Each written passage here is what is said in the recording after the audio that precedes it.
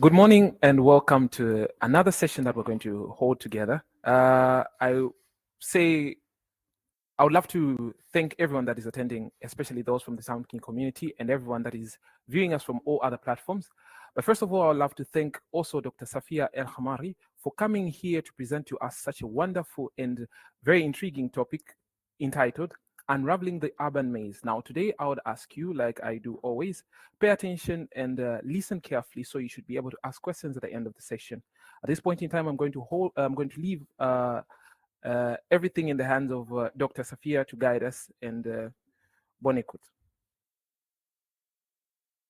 Thank you, Elliot, for the introduction. Hi, everyone. I'm so happy and eager to be among you this morning, and thank you for joining this talk.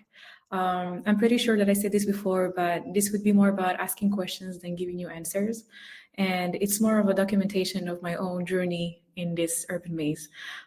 Just for logistics and probably how we could keep the conversation flowing, I would ask you, Elliot, please, because when I will be presenting, I wouldn't be able to see anything other than my presentation. So if there are any questions or anything in the chat or something is not working, please feel free to interrupt me and let me know about it.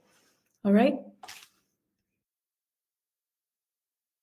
Okay, all right, let's start. So today's talk will be more about, again, asking questions than giving answers. And I will be your, let's say, tour guide into the cities and how cities are actually complex processes and systems. First of all, and I always say this, I really hate surprises. So we start with an outline and what we will see today. We will talk first about why are cities important and why are we talking about cities. And my other question to you, and the other question that we'll be seeing and trying to answer together is, can we write cities as equations? And the third point would be us looking into how complexity sciences could be applied to cities. We will have a really detailed case study among different case studies along the presentation, and then we will end on a note of questions and answers, hopefully if we have time for it, and I hope we have time for it. And Elliot, please feel free to stop me if you think I'm going over time. So first of all, the question is, why are we talking about cities? Cities are not just it's not a physical built layout, but it's more than this. It has a social component, an economic component, a political one, a human one, a natural one, and it is inserted within a culture, within a civilization. So it's one of these multifaceted things that we live through and we live with. And to ask the question differently is, if cities are the answer, then what was the question already? Why do we have cities? It's a noteworthy question to be asking. Why do we have cities? What is the objective of having a city? What does it serve as a purpose? And is there any other way that we could achieve what we achieve through cities differently? And when you look at cities across different cultures, there are things that we find similarly, other things are different. And meanwhile, they actually try to answer the same objective, which is bringing us all together. So I will say this as a first answer for the question of cities are the answer for the question on how can we gather a maximum of human beings in order to socialize and have a circulation of information, of resources, etc. And more than ever, I think, more than ever, it's also a fact that it's more likely that you will meet a person today who lives in the city than someone who lives in a village, because we are past the cap where more than half of the world's population now lives in urban places and urban areas. And I don't know if it's a good or a bad thing. And that's also another question. Is it a good thing that we have more urban areas, or is it a bad thing that we are having less of rural and villages? Rural areas and villages. A city is not just buildings, it's also fluxes, it's a movement, and it's everything that moves between information between people, information, resources, mobility within a city. So we can say, or we can also describe a city as not by being just a place in space. It's not as simple as that, but it's more of a drama in time. And this comes with, I'm trying not to say a complex way of looking at cities, but let's say a complicated at this stage. And across cultures, it's even more amazing how you can see how cities tried to answer this need of gathering people, of socializing, of maximizing resources, and mostly connecting people. And that's something I'm actually borrowing from Jane Jacobs and her great work on the life and death of great American cities, where we look at cities as essentially social inventions.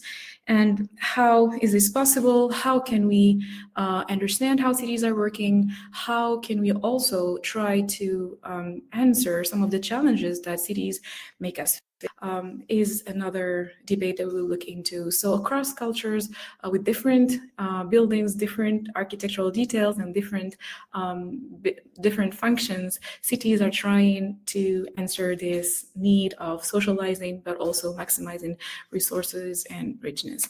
Well, in short, I personally think, I'm persuaded that cities are the best invention that humanity has ever made, because it's a highway of knowledge, a highway of information, and it's some kind of accelerator of anything that you put in it, really, be it, as I said, resources, knowledge, or just a social capital.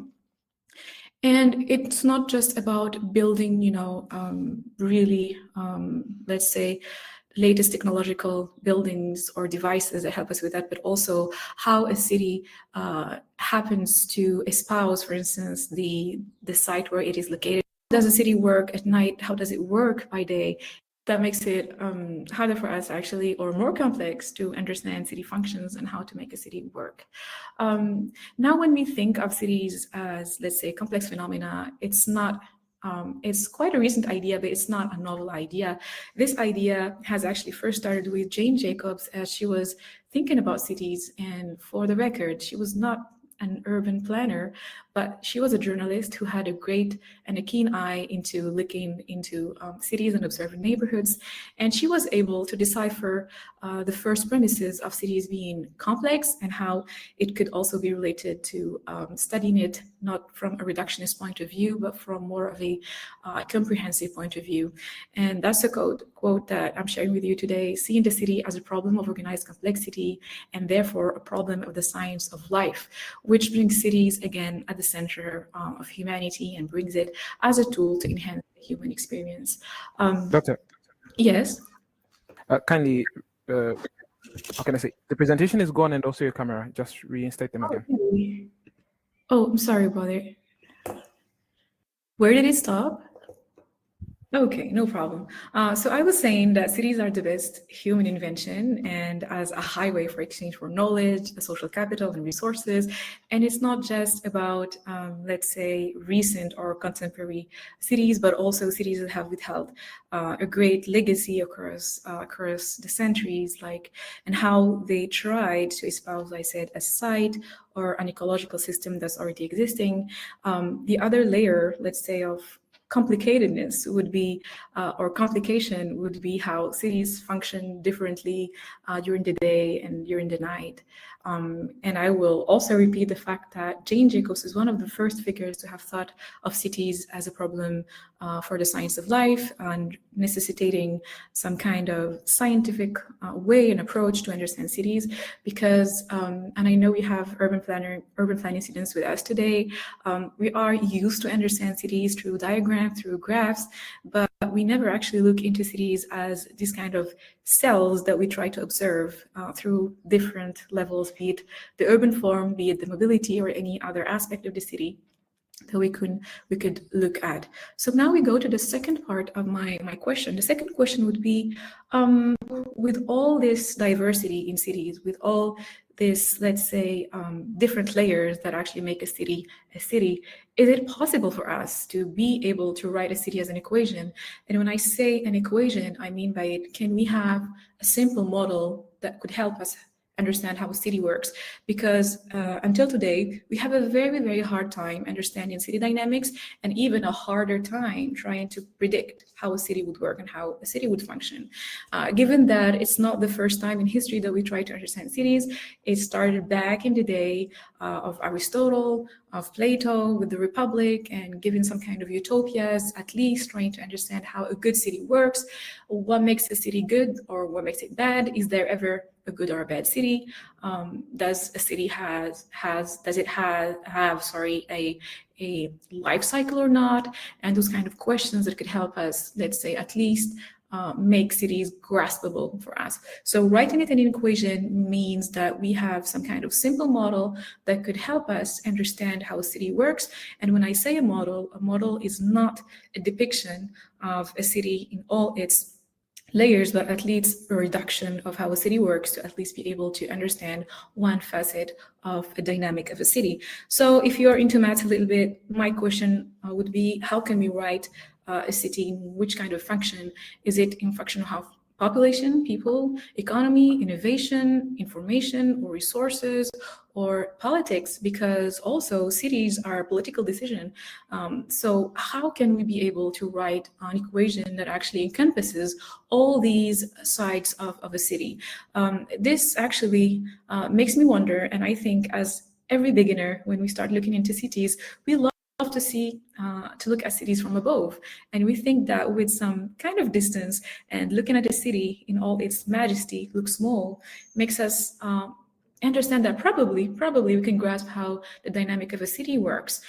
But when we start doing that, actually, we have delays, because it's almost, I'm not going to say impossible, but it's almost possible to be able to try to simplify everything. An example of this endeavor would be how in astrophysics, we try to come up with a theory of everything, if you're familiar with this concept, where we can have one beautiful equation that could help us understand how the whole physics in the world works. But if you try to do this, it will take you a long time. It will take you a lot of processing time. So you might expect delays in trying to understand the city.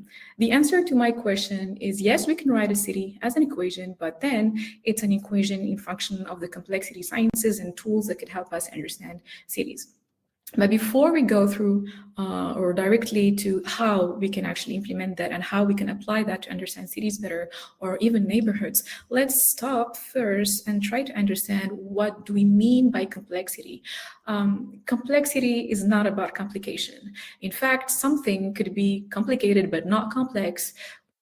Something that is complicated could evidently, something that is complex could evidently be complicated. So one of the first mentions of complexity in thought would be by John Locke, and this is his quote: "Ideas that's made up of several simple ones, but together I call complex. Beauty, gratitude, a man, an army, the universe, these are some examples of complex phenomenon."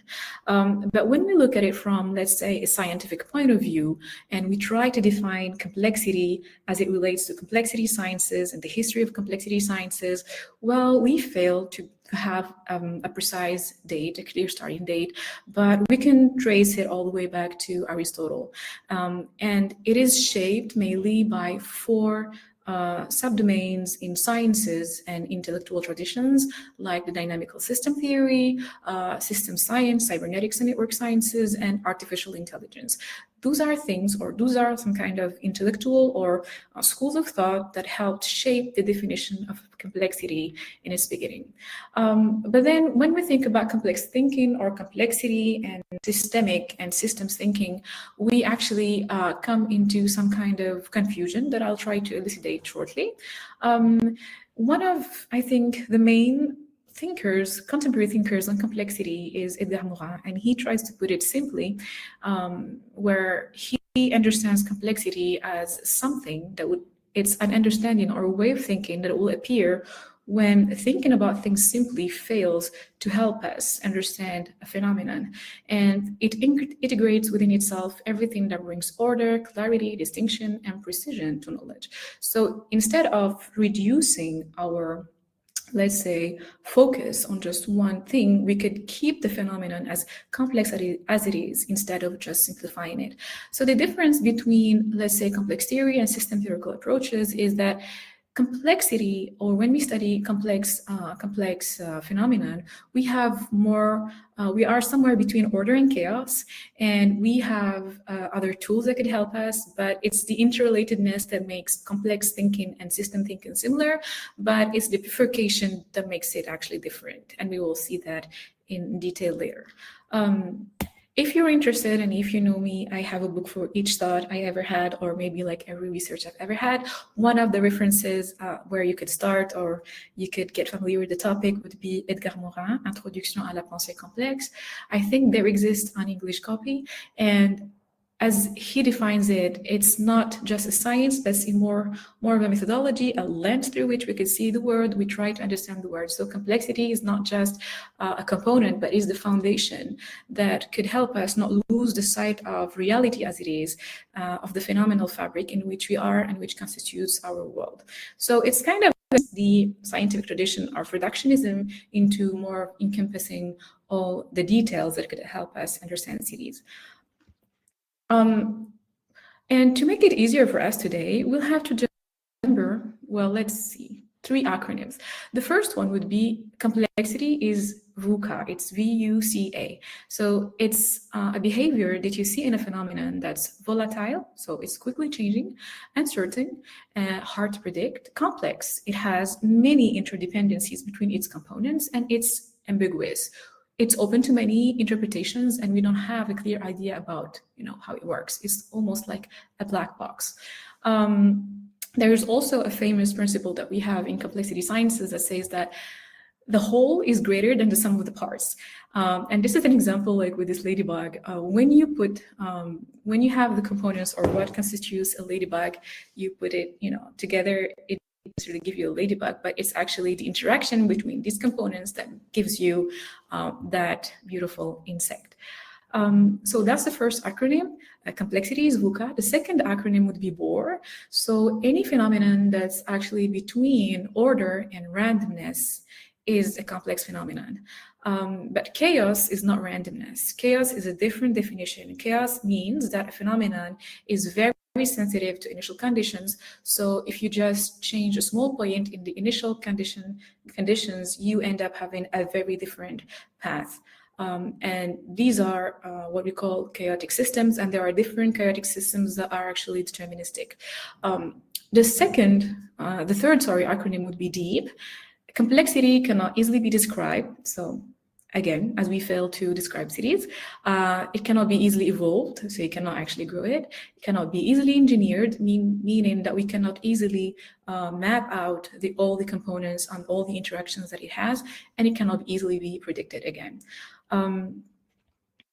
Then we know what is complexity, what makes a phenomenon complex, but now we can also ask, how can we measure complexity? There are different measures, but one of, let's say, foundational measures is Kolmogorov complexity. And this scientist, when he was thinking about, so how do we say that, for instance, this phenomenon is more complex than this one, he says, it actually depends on the minimum length of a program written in the description language that produces the desired sequence of symbols.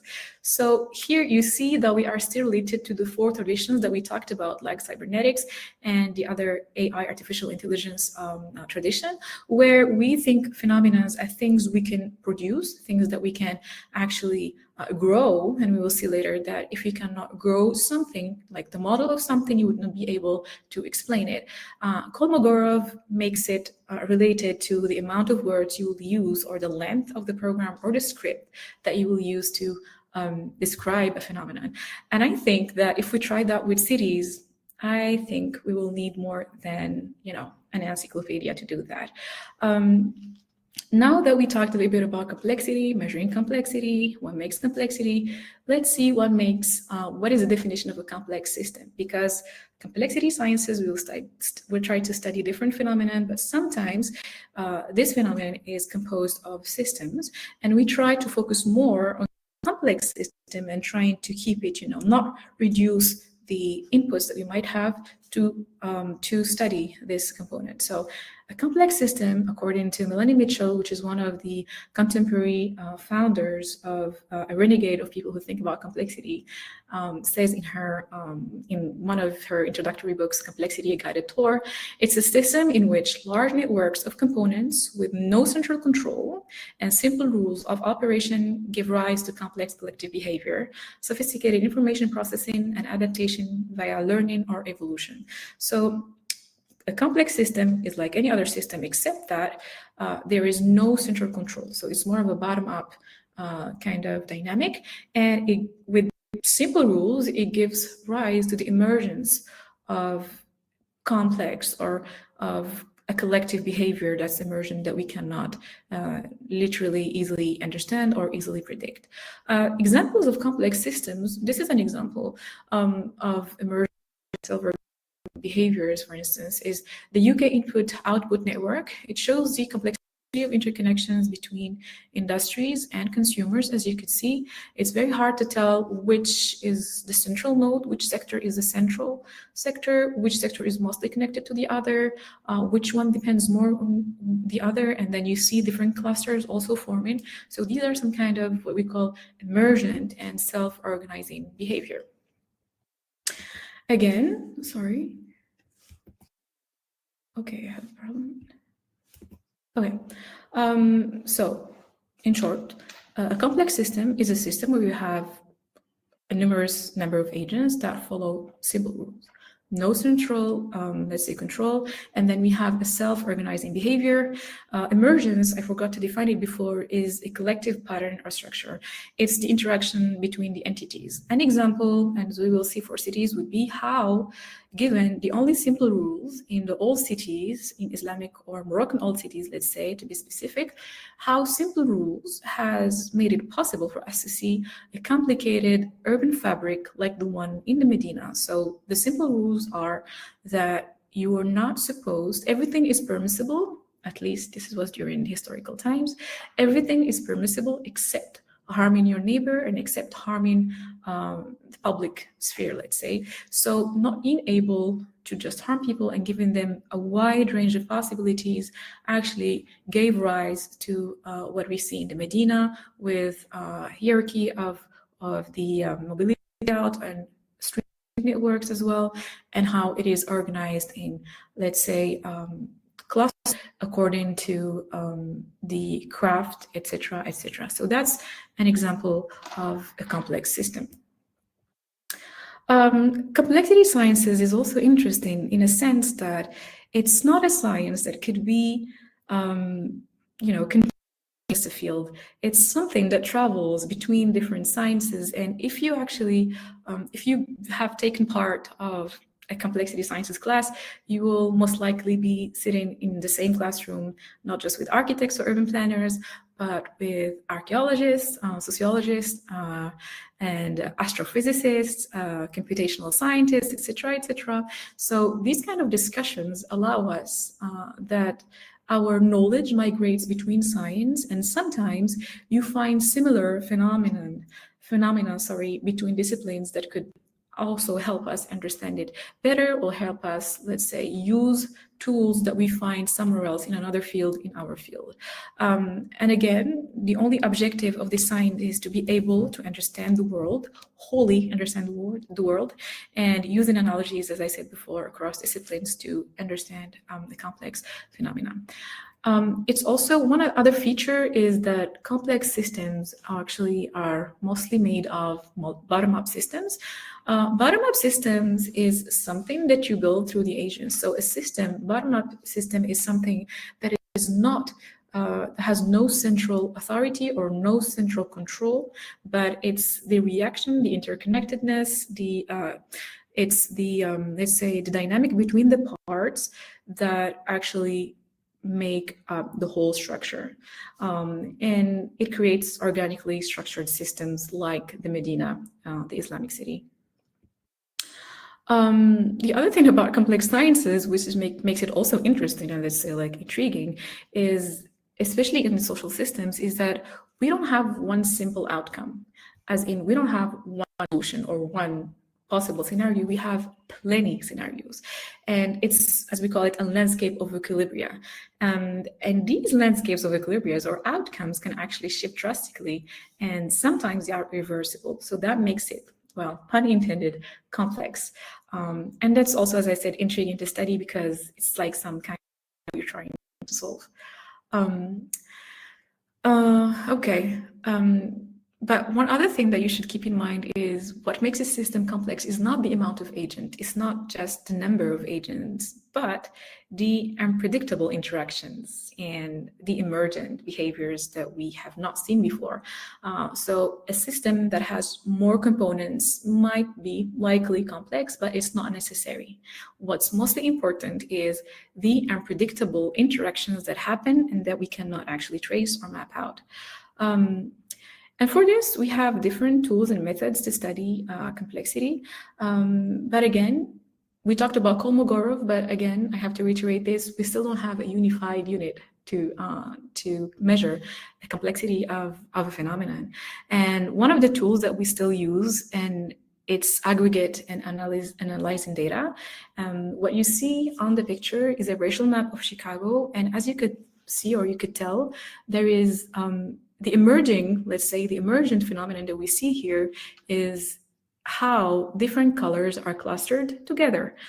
So how did we actually arrive to this? How this happens in a city? What makes this happen? So when you look at the races here, for instance, you'll be thinking, well, maybe because this population is racist. What happened is, and that's thanks to Schelling, who has developed a segregation model, not even using, computational power or anything, but just a pen and paper.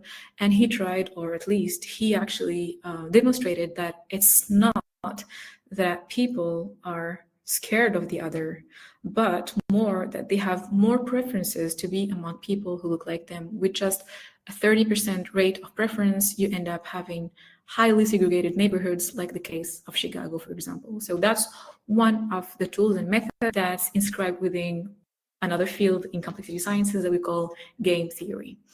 But to study complex phenomenon, there is the custom is that you should know that there are two families of, say, complex systems. The first kind of complex system, complex physical system, and this is the least complex one, let's say.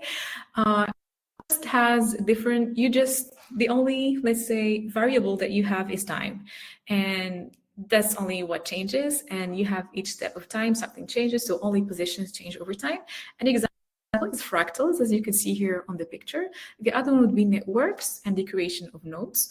But what we are interested in today, and what cities luckily or sadly fall within, is complex adaptive systems. So not only the agents actually change positions, but they do adapt to the outcome. So we have no control over the outcome, and the agents will adapt to this outcome, and then we have another outcome, and it goes on. And entities are autonomous as well. And this is what makes it a city, actually, as you could see easily, and we'll see later how you can make the link between the two, how a city is actually a complex adaptive system, is because entities are autonomous. People have agency and they can change, and all the components of cities actually can change and adapt to the outcome.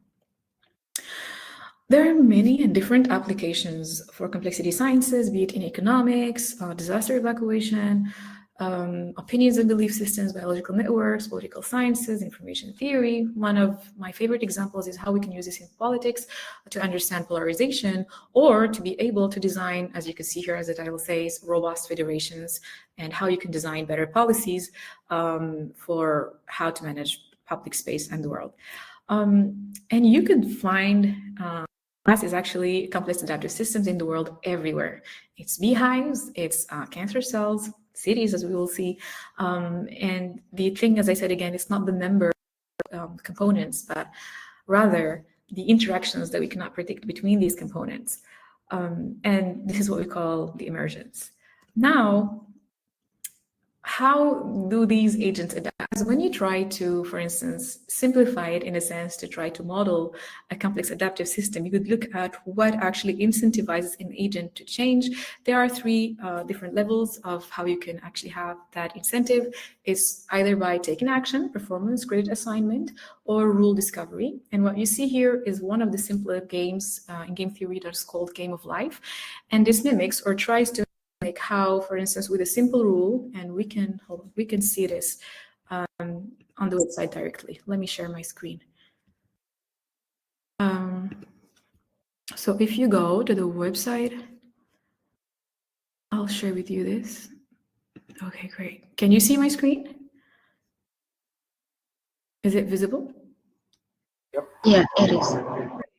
So this is a simple model, and for the game of life, the rules is that if, let me just zoom in. If you have, for instance, if a cell, a living cell, or a cell that's yellow, is encircled by more than 4, it might die. And what we will do here is we will randomly, for instance, just put randomly points here and see what could happen. This is just a demonstration, and you could go and check the website and play with it, and there's an explanation on how this works in game theory. So each cell with 1 or no neighbors, it dies the second when time passes, but if it has 4 or more neighbors, it dies again, and each cell with 2 or 3 neighbors survives. And that's how it works. So as you can tell, this will die and these will die. Let's add another one here and see. Okay, so this is what's happening.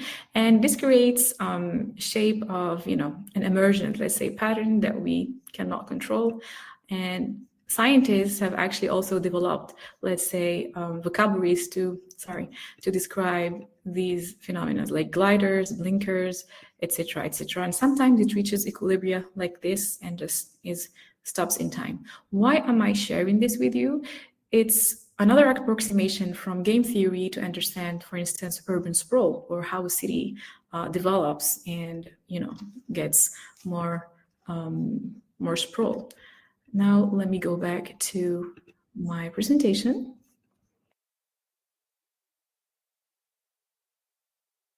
Okay, so that's a tool, that's an example, as I was saying, that could help us understand cities.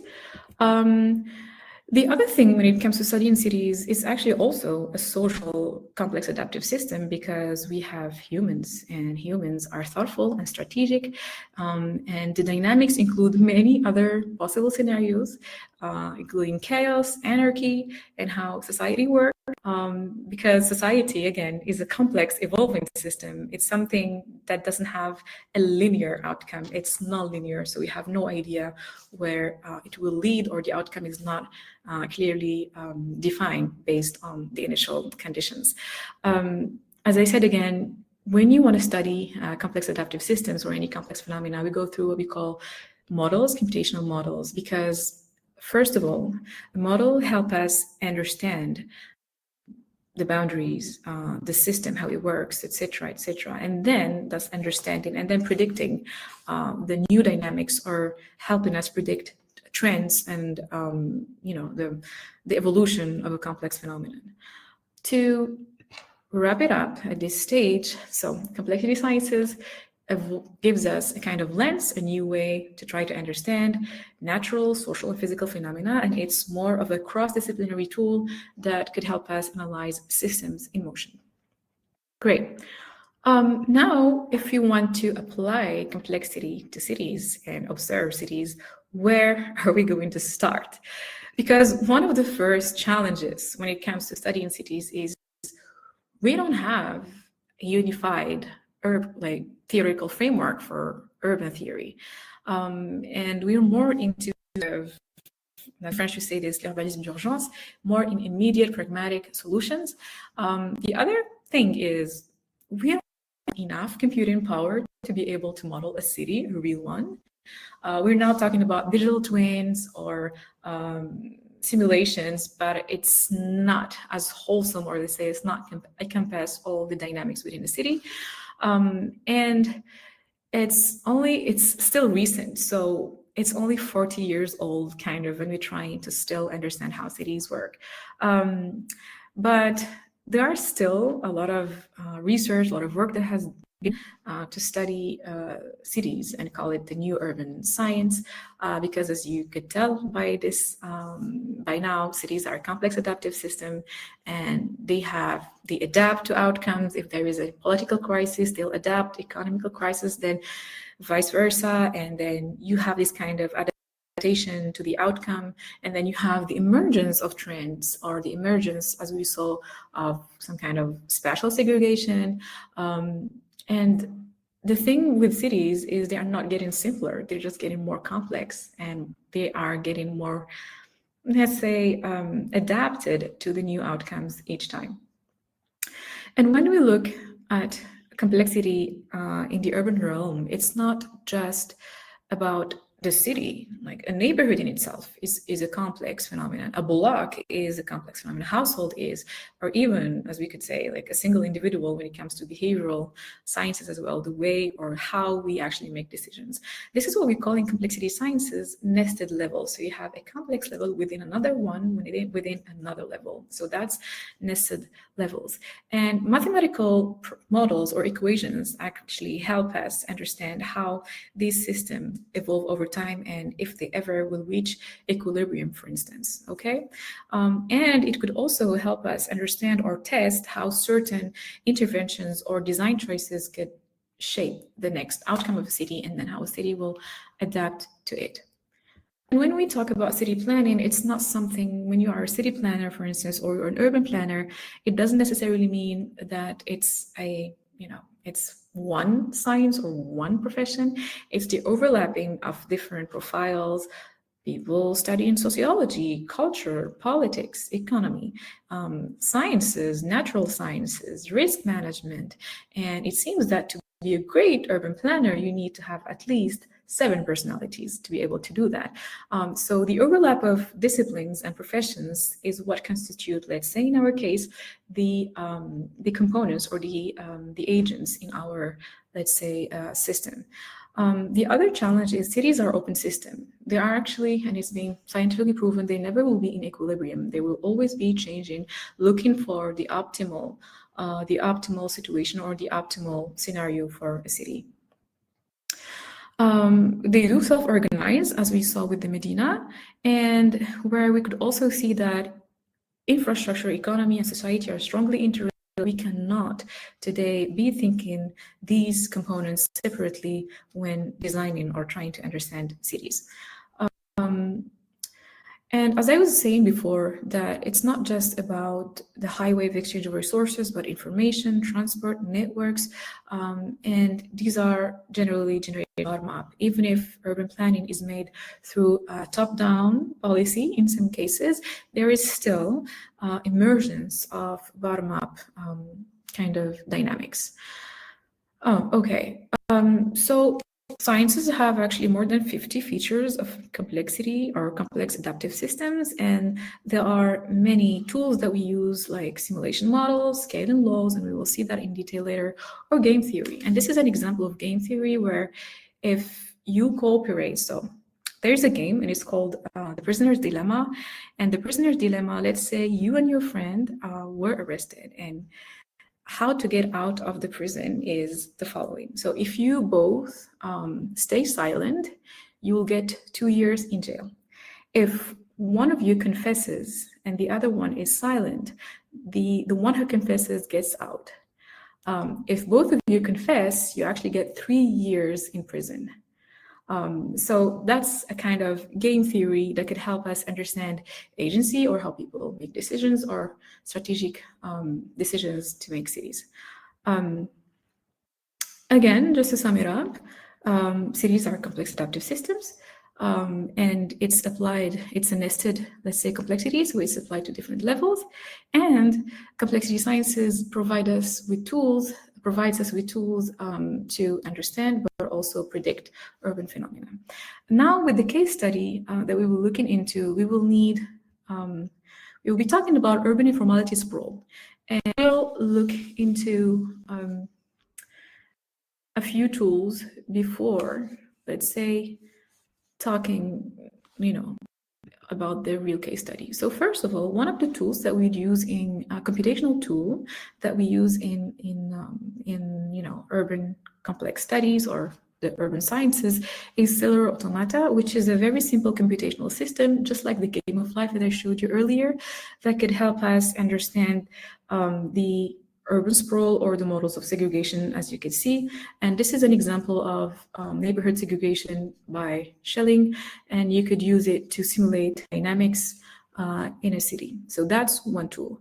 The second tool is agent-based models. Agent-based models is something that we definitely use for complex adaptive systems, where we have different agents who are, making decisions, strategic decisions, and adapting after the outcomes, and it's more about simulating or understanding bottom-up systems.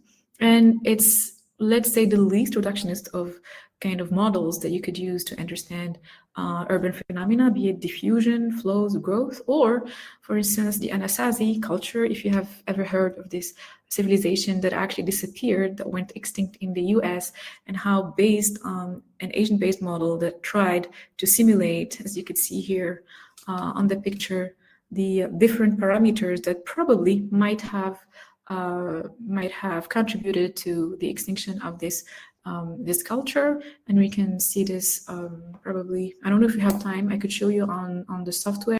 Maybe I'll just leave it here for you. So that's an example. The other tool, and it's based on cybernetics, that's network theory.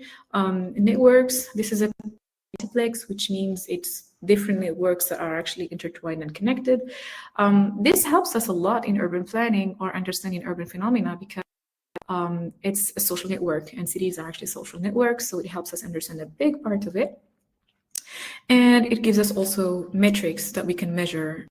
That's like centrality, connectedness, eigenvalues, etc. One example of the use of social networks in the urban context or in policy is one study that was conducted by Banerjee and Duflo in 2013. They went to Indian villages and they needed to help them, upgrade their life conditions, let's say. And one way to do that was by administrating microfinance loans. So we have a big number, let's say 700 inhabitants at a village, but we only have 20 loan that we can actually give to these people. How are we going to choose the right people to give this money to? And at this stage, I will, if you have an answer, I will be happy to hear you. I don't know if that's possible. Is it possible? Yeah, definitely. Okay, so if anyone has here, sorry? So you have 20 loans, 700 inhabitants. How are we going to, choose the people or the recipients of these loans? I'll wait for probably 10 seconds and then I'll give you the answer.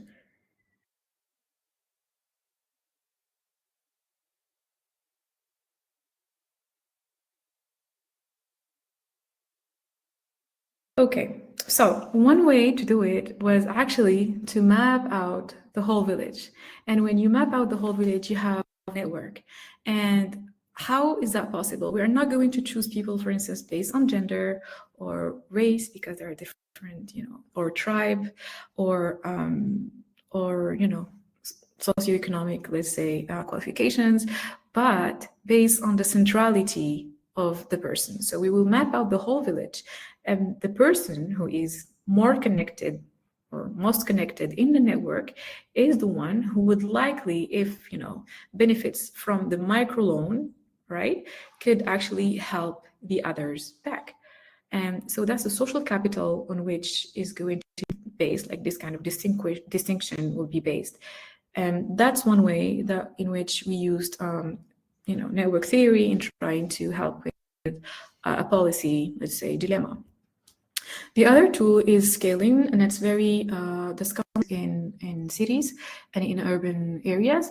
Urban scaling, it just helps us understand the hidden laws within cities, which means we try to see the kind of correlations that exist between domains. So for instance, here, what you have as a correlation that we found, like a kind of law with a city, is more people that you have, the more, you have of the gross domestic kind of, production. The other thing is larger cities, for instance, they have more patents per capita. So the bigger the city, more population means more innovation. Larger cities, they do more with fewer resources. So they actually, you'll be able, for instance, to work on infrastructure of a city that's, let's say it's cheaper for a larger city than for a small one. So that's the kind of correlations that we're trying to look into, and that's one of the most handy tools to understand cities. Now, I'm sorry.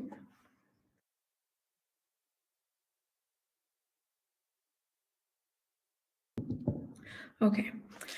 Now we go back to one of the applications, and it's the application for the dynamics of urban informality and how we can understand it. So first of all, the problem statement is, in Morocco, we have an issue, and that's slums, at least. That's how it's defined by the government.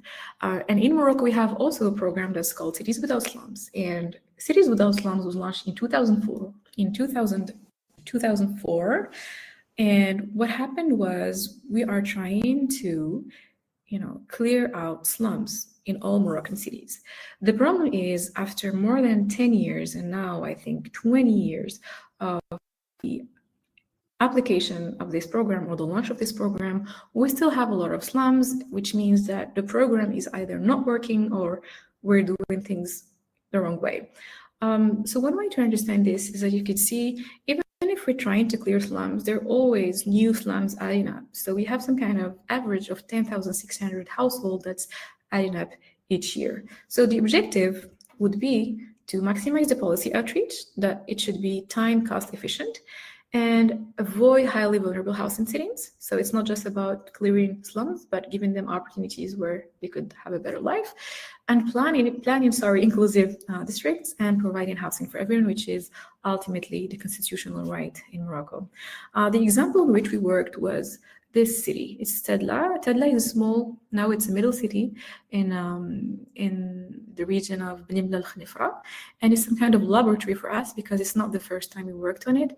And here you can see it's a map of land use in 1999. Why is this important? Because we actually used different maps from, let's say, 1999 and 2000 and 2010 and 2011, and tried to feed it to a cellular automata model and tried to help us understand, why are the ones in green informal settlements here and not elsewhere, and where they could obviously be more likely to show up.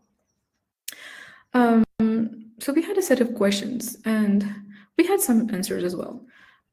So why do informal dwellers choose, for instance, a parcel or not another? It's because of a set of variables. Sometimes it's the shape, the area, the slope, the height, but also spatial. So it's if there are any amenities, the distance to other places where there's eventually work, etc. And then for social reasons as well.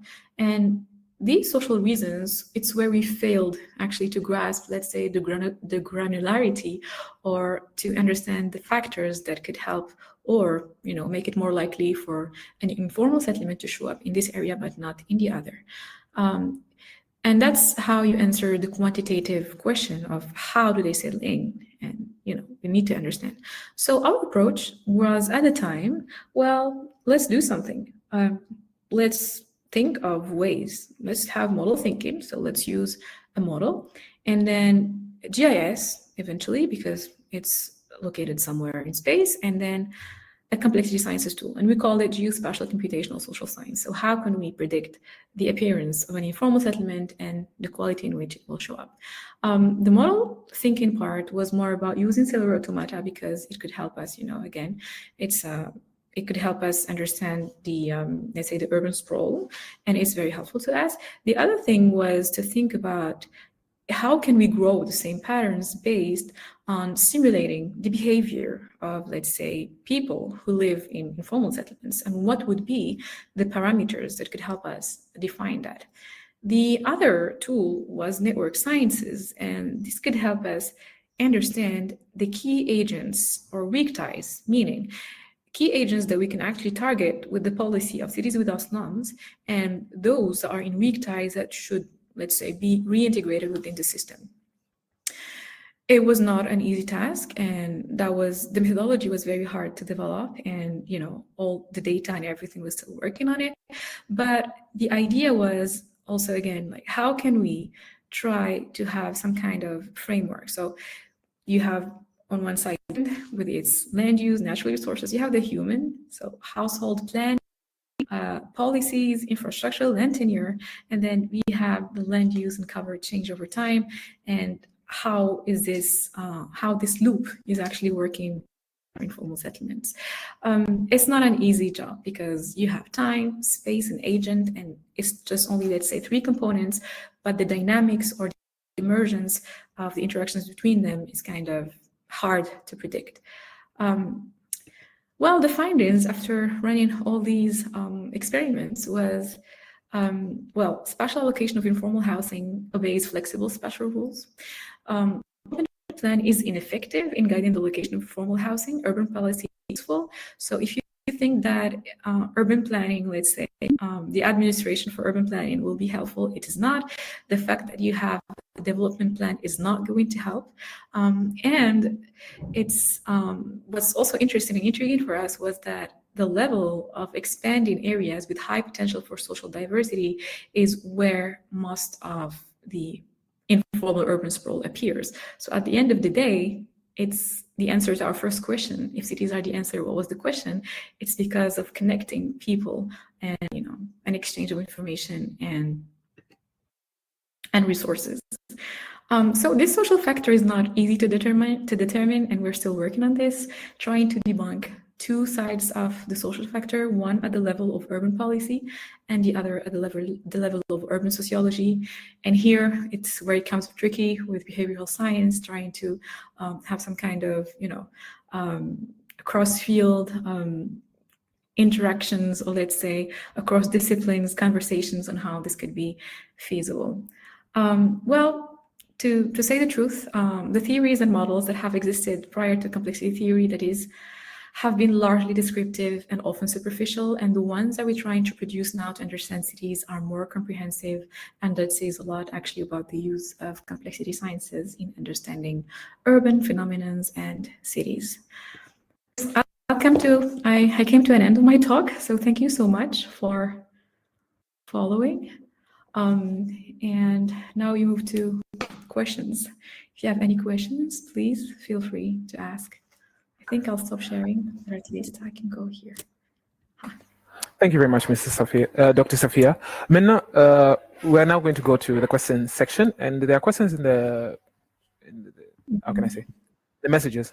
I think you can read them out. Oh, I can see them now. Okay, so we have Menintel and Shima. In your experience, what is the most surprising aspect of urban complexity?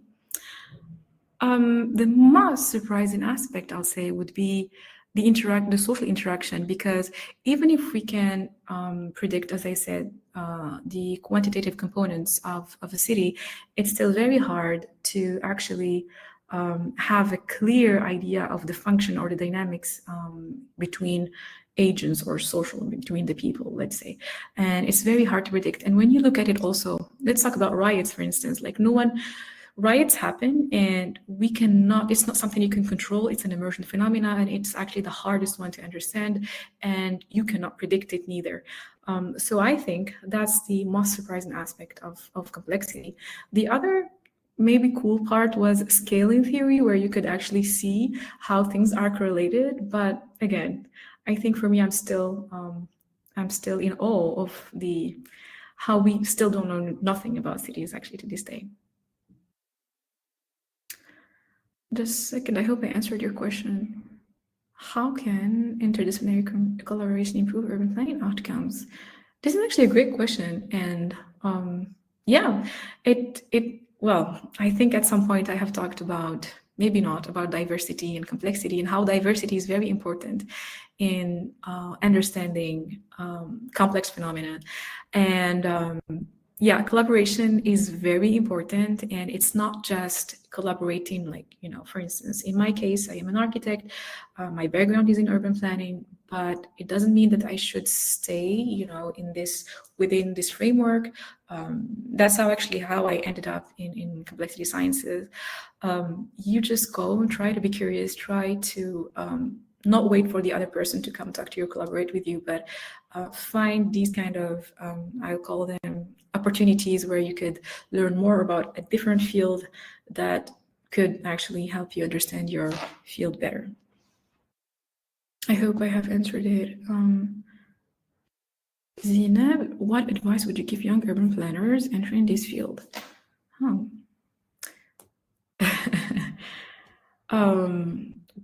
Well, maybe just stay curious and be open to learn more about not just policy when it comes to urban planning.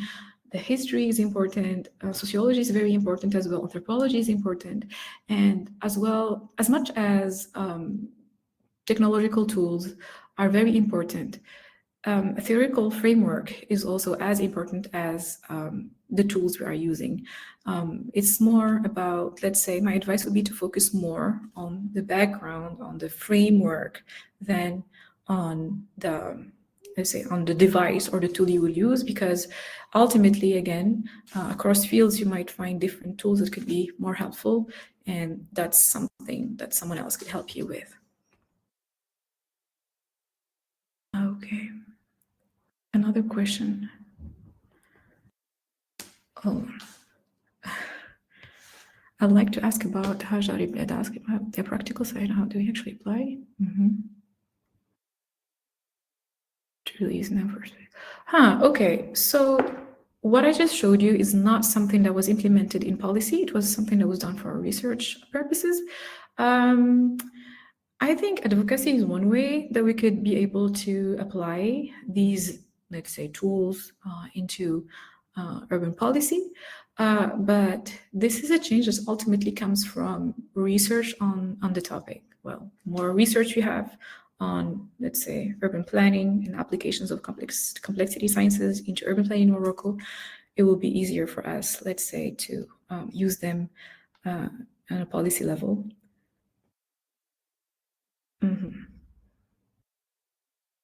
Okay, Nahla Al-Arousi is the answer to how people settle in informal settlements is related to availability of land, and that's, for instance, weekly.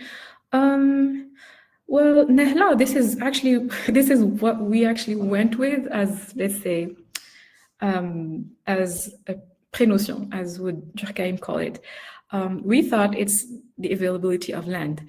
And in our study of Qasb al-Tadla, we found out that there was still available land, but it was not where these informal settlements appear. Using the model and running it many times, it has showed us that, well, they might have some certain preferences when it comes to, as I said, like the shape of the plot, the size of the plot, the slope, etc. But mostly it was them being able to be living close to an ecosystem. And when I say this, means that they would usually try to, show up, or they will try to live somewhere where they are close to infrastructure, but not as close as to be visible to authorities, for instance. So it's not just about the availability of land, because the land might be available, for instance, downtown or non centre-ville. That does not necessarily mean that we will have informal settlements there. At least that's what we have found about the case. Okay. Shayma Shuhaibi, how do you envision the future urban spaces in the next 10, 20? I don't think I have an answer to this question. I maybe hopes, not predictions, because if we could have predicted this, then yeah, maybe like all our problems would be. Dr. Safiya, I don't know if you're still there.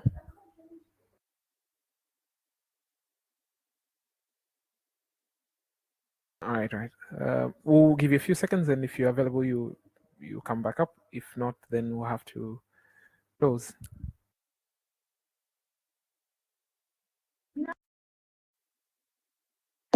Can you hear me now? Yeah, we'd like to see as well.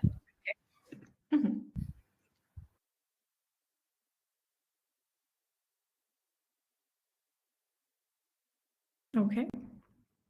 Yeah, thank you. You were answering the last question. Is that all? Well, I don't have an answer for that question, to be honest with you. But as I said, I only have for that question, because if we can envision the future of urban spaces, then that's great.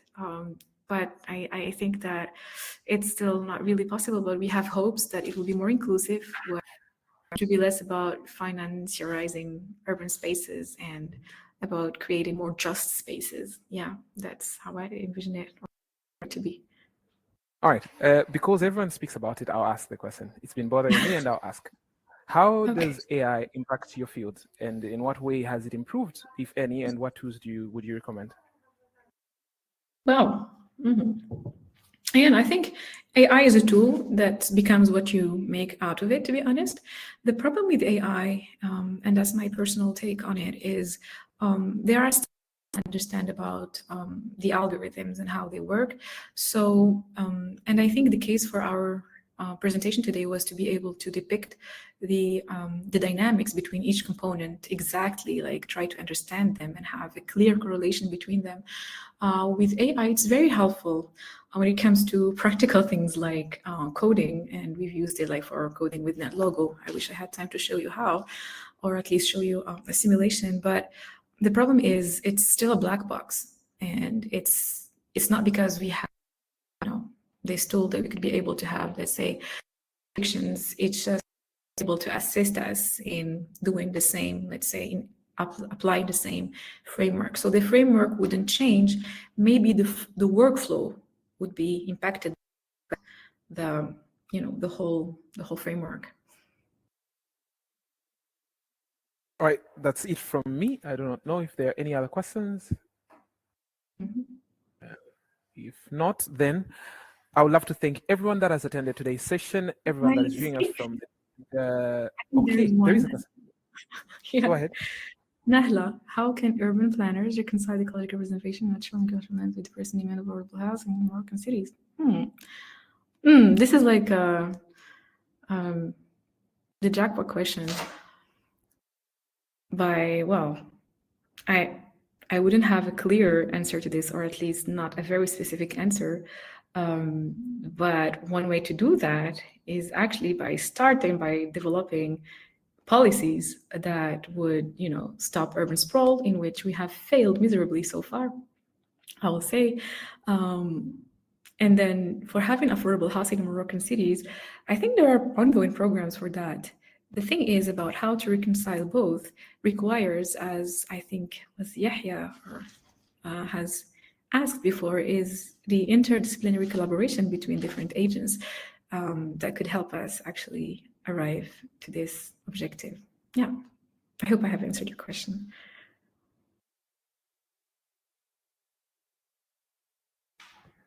All right, I think we've reached our end of our today's session, and yeah, the question has been answered. Thank you very much, and I would love to thank everyone that is watching us from the TamTech Connect, and also from other medias and those that are going to watch it after. But more so, I'd love to thank Dr. Safiya, who's guided us through a very interesting lesson, and we've learned a lot. Even I, who's not doing in the field of architecture, has learned a lot today. I would love to ask her once more to give us closing remarks, and before that, also, if we could possibly have another session with her on a different topic, that would be great. Thank you very much from me, Eliud, and I leave the closing remarks to Dr. Safiya. Thank you so much, Eliud. It was such a pleasure to be among you, and I think, again, it's about asking more questions than answers. Thanks for everyone who has stayed like all the way through the presentation, and thank you for your questions as well. And yeah, sure. I would be happy to share what I know anytime, if that could help anyone, of course. Thank you very much, Dr. Safiya.